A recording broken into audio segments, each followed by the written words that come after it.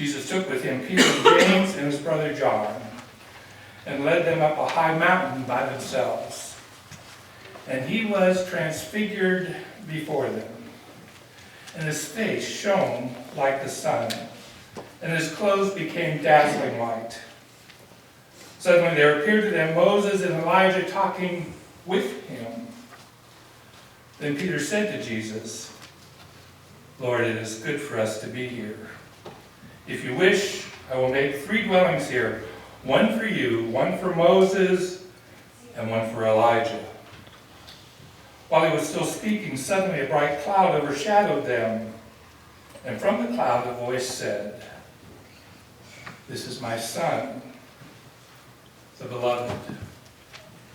With him I am well pleased. Listen to him." When the disciples heard this, they fell to the ground and were overcome by fear. But Jesus came and touched them, saying, "Get up, and do not be afraid." And when they looked up, they saw no one except Jesus himself alone. As they were coming down the mountain, Jesus ordered them, "Tell no one about the vision until after the Son of Man has been raised from the dead." This is the gospel of the Lord. Praise to you, O Christ. Please be seated. Grace, mercy, and peace to you from God our Father and from the Lord Jesus Christ. Well, I don't know, 10 years we've been getting together, and like within the last 5 weeks, something has happened to my sermon 2 different times. It's not here, and I don't know where it is, so I kind of guess this is going to be short and sweet. Bonnie, you could look in the computer room. I might have set it down in there. So let's start with this. It's rare when all of our readings, I would say including the psalm, work as well as all of our readings together work. Each one tells an important part of an entire story. And not only do they work together well, telling part of the story, but their timing is perfect. It's perfect because as a church, we are in a time of transition. We're moving out of the season after Epiphany, and we're entering the season of Lent. That starts Wednesday, Ash Wednesday. And so this whole series of readings, did you find it? Golly. Just in case. Like I said before, I was on a roll. I don't think I need it now, but it's good to have it anyway. These readings take us along with Jesus into Jerusalem, and that's kind of what we focus on during Lent. And maybe if you're paying attention to these things, if you notice these things, our gospel reading last week was from very early in Matthew's gospel, from Jesus' Sermon on the Mount, chapter 5. And all of a sudden this week we jump to chapter 17 in Matthew's gospel. And that's because we want to follow Jesus through Lent as he works his way towards Jerusalem. Actually, his ministry in Galilee at this point in Matthew's gospel is over. And just so you don't get lost because of this big jump we're making, I'll just fill in a few of the details for you. After he finishes the Sermon on the Mount, Jesus begins his ministry of preaching, teaching, and healing. And by the time our reading takes place, he's traveled all over Galilee. He's even traveled into non-Jewish territory. By this time, he's calmed the storm, he's walked on water, he's fed the 5,000. All those things have already been accomplished. Part of what he's doing during this time is that he's training his disciples. He needs to get ready for them. He needs to get ready so that they can take over building the church after he's gone. And up to this point, sometimes it looks like the disciples, sometimes they get it, sometimes they don't get it. But then finally, after being together for almost 3 years, Jesus and the disciples are in Caesarea Philippi, north of the Sea of Galilee. And as they're walking along, Jesus, he asked the $64 question. Who do people say that I am? I have to tell you, I think this is Jesus being a little bit sneaky here. He's just sort of relaxing the disciples. He's asking them what others say about him. And it works. They answer pretty easily. Oh, some say that you're John the Baptist, others say Elijah, others say Jeremiah or one of the prophets. It's an easy answer. It comes pretty naturally. But then comes the real question. The $64,000 question, if you want to look at it like that. Jesus asked, but who do you say that I am? What's surprising here is that without batting an eye, without asking for a lifeline, Peter speaks for the whole group. He says, you are the Christ, the Son of the living God.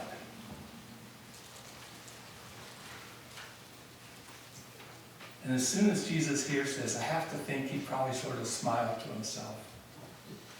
At last, someone gets it.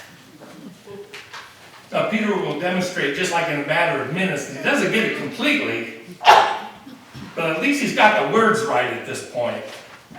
Because Jesus is the Christ, the anointed one of God, the Messiah, and he most certainly is the Son of God. And yet he stumbles almost immediately after Jesus gets, I would say after Jesus congratulates Peter on his good answer. Jesus tells them all at this point how, according to God's plan, the next step in God's plan is that they've got to go to Jerusalem, where he will suffer and die on the cross and be raised up on the third day.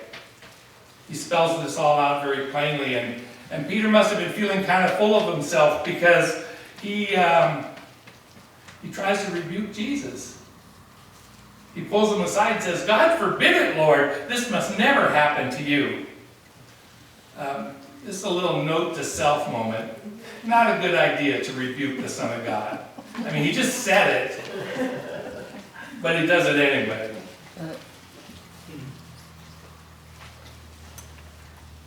Jesus calls him Satan. Tells him to get behind you. Get behind me, right? Encourages him to think about divine things rather than human things. And so that little chapter is closed. And what happens is that our gospel lesson takes place just 6 days after that. And it marks a literal turning point in the story. Jesus and his disciples literally turn south now and head toward Jerusalem.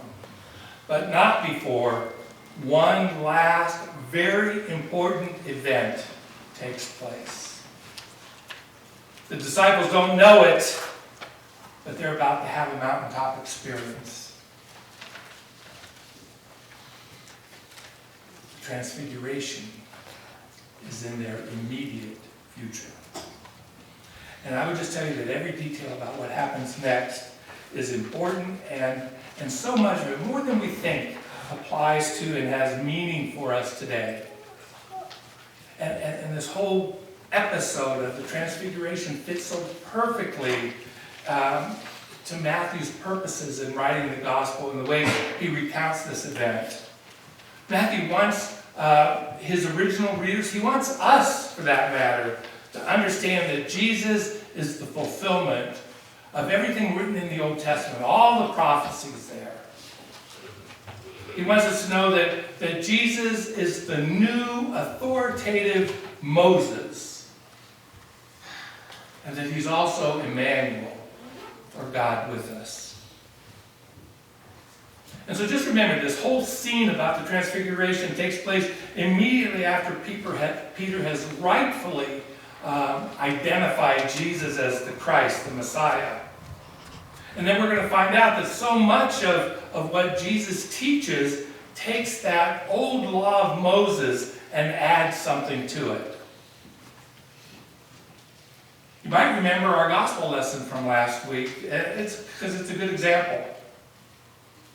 Jesus starts out and says, "You have heard it said that you shall not murder. But I say to you," don't even get angry with a brother or sister. You'll come into judgment. He says, you've heard it said. In other words, the old law said, love your neighbor and hate your enemy. But I say to you, love your enemies and pray for those who persecute you. And so Jesus is showing us right here that he and his commands fulfill and transcend the law of Moses.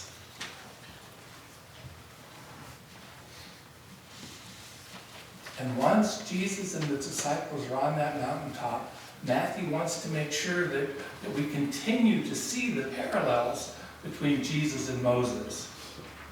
He tells us how Jesus was transfigured. That word, it's a funny word. We don't use it much anymore, but it just means changed. And not just a little bit changed, changed a lot. One of my resources suggests that this transfigured Christ is an actual preview of what his resurrected body is going to be like. One thing we know for sure is that our text tells us that his face shone like the sun. And this is a really clear reference to Moses. And if you know your Old Testament, you know this. According to Exodus chapter 34, after Moses talks to God on Mount Sinai, Moses' face starts to shine.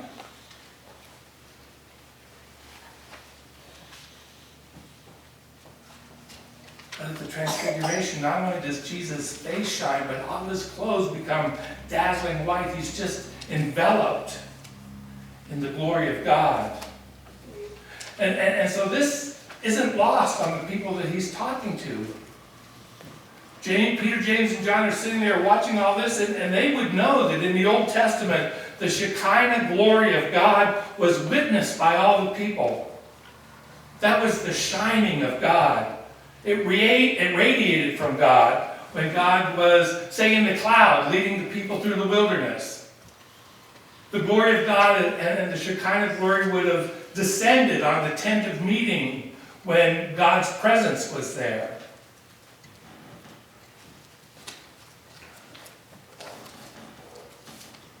And now that very same glory is all over Jesus.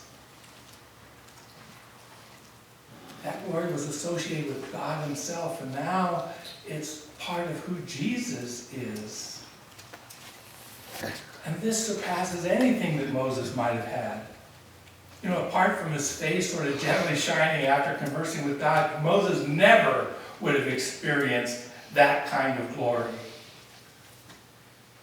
So this is another illustration of the truth that Jesus and how he surpasses the importance of Moses was so important to Matthew. Jesus fulfills and transcends, it turns out, both the law of Moses and Moses himself. And another illustration of that is coming up right away.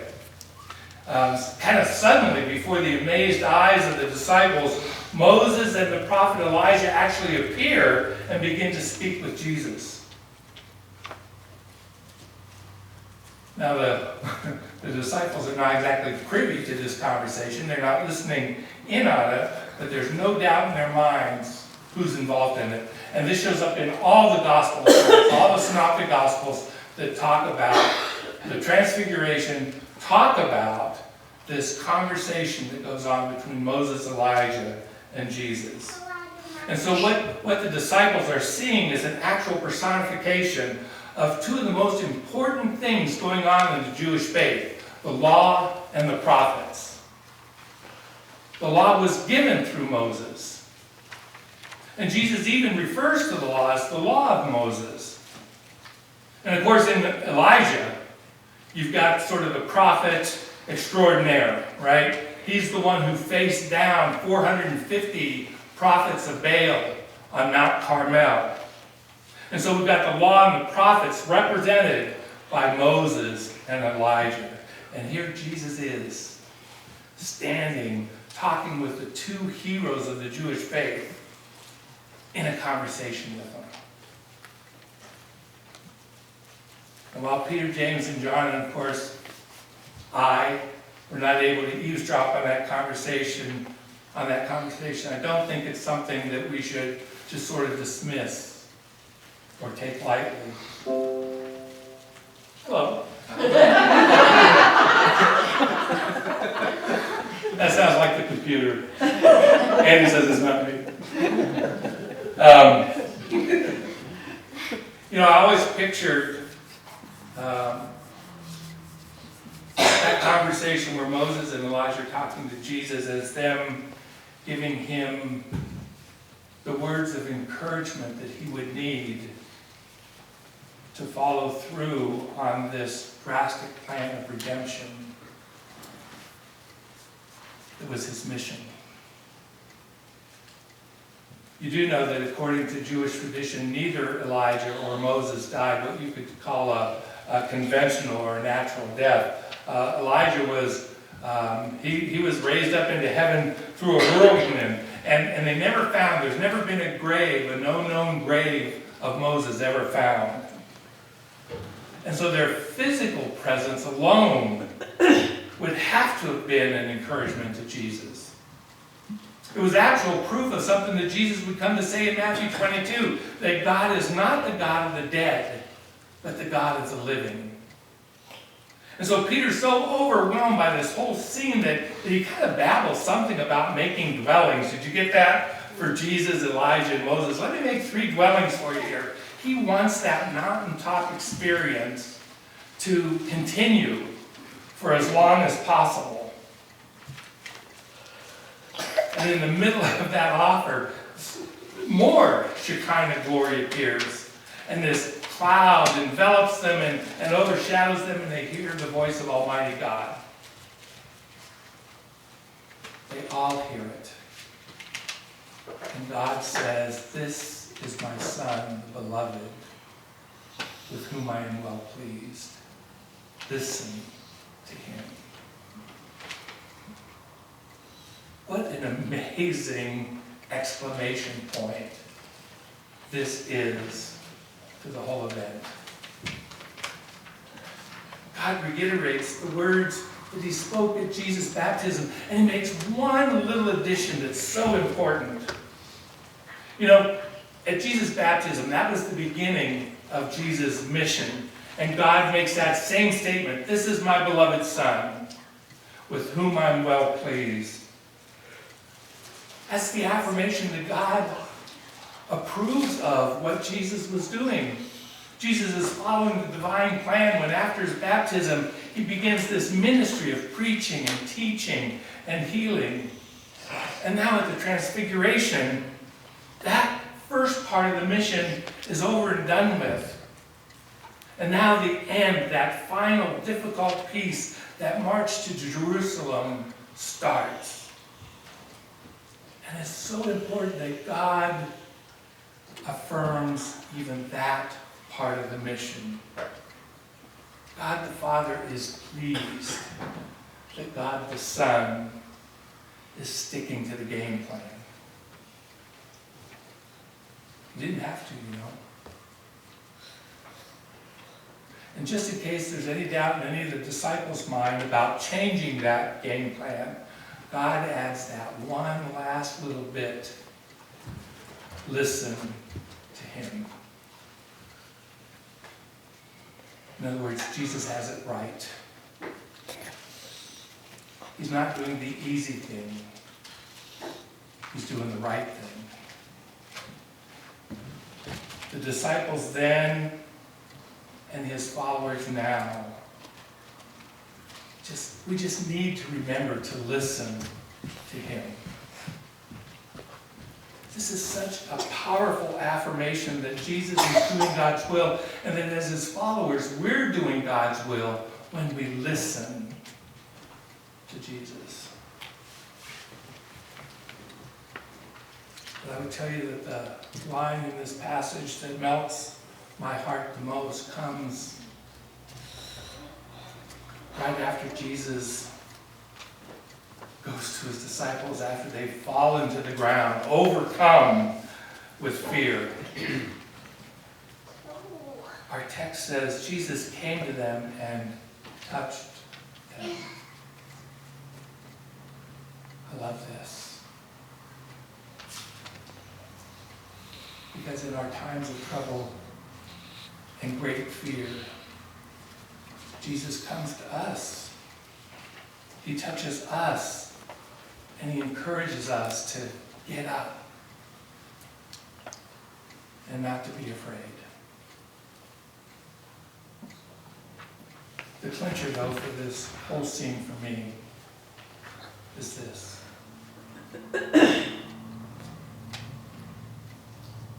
Our text tells us that when they looked up, the disciples saw no one but Jesus himself alone. I love that sort of progression. Moses and Elijah are long gone, and it's Jesus himself alone. It's so important that we hang on to this. Because when it's all coming apart, when the medical team has done everything they can do,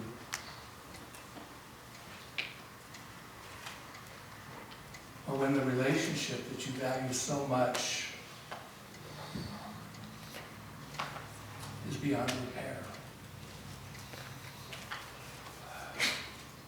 look up. And if all you see is Jesus himself alone, you've seen enough. But if you are truly blessed and you look up